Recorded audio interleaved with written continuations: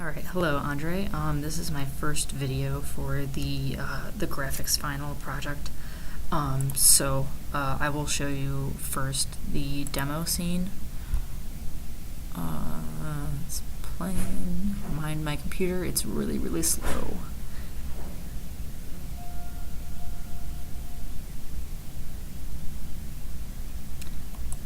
So this is my scene. It has a cottage with a separately mesh textures.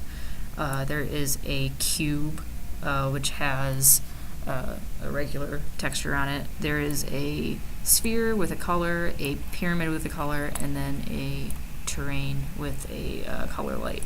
So everything utilizes the light, everything utilizes fog.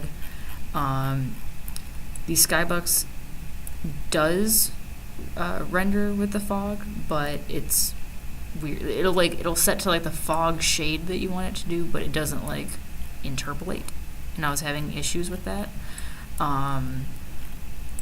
So I do have a directional light. I have a spotlight, obviously, that you can see that is moving around slowly, and everything is looking somewhat okay. I was trying to go for a mountain top house, and then I was living next to the Great Pyramid, but I kind of had to move things around because it looked a little odd.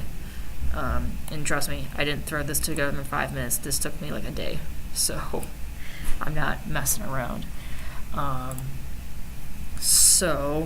The first bit of stuff that I'll talk about is the pre-made models and then the model class. So if you go to the pre-made models, model tools.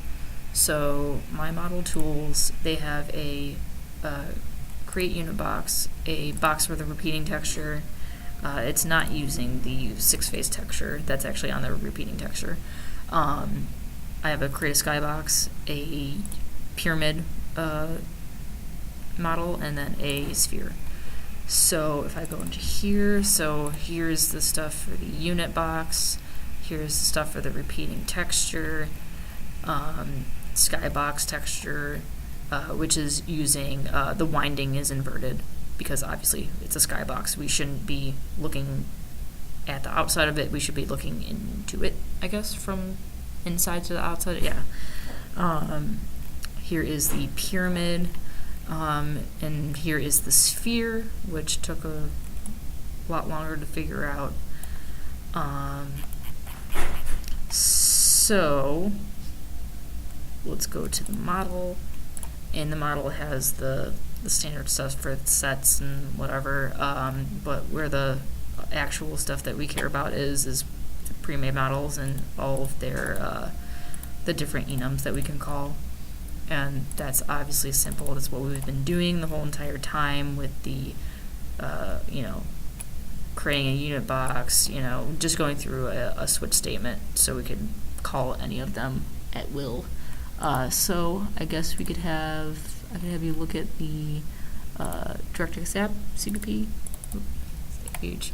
So I try to make this as simple for myself as possible.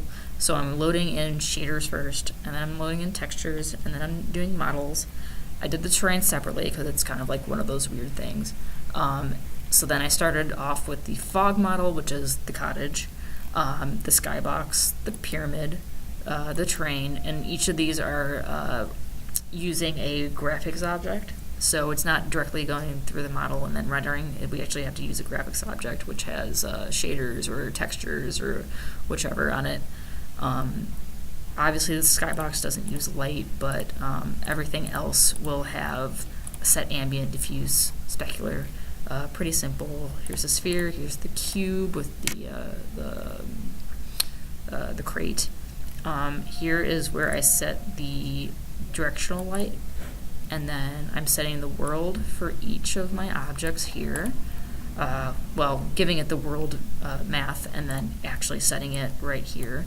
And then in the update, the only thing that's moving obviously is the light. So the light is spinning around. In the draw scene, I am doing the shader texture light first, so I'm obviously setting the context, using the fog, getting the eye pause, setting, this is where I set the spotlight, because obviously the spotlight is using a, well actually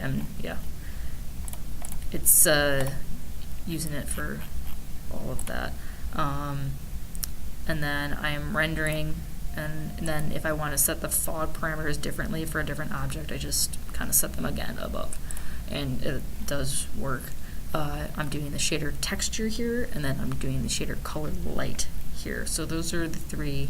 I'm not using shader color because we wanted to have all light stuff, so that doesn't make any sense to have it there. But yeah, shader color light, shader texture light.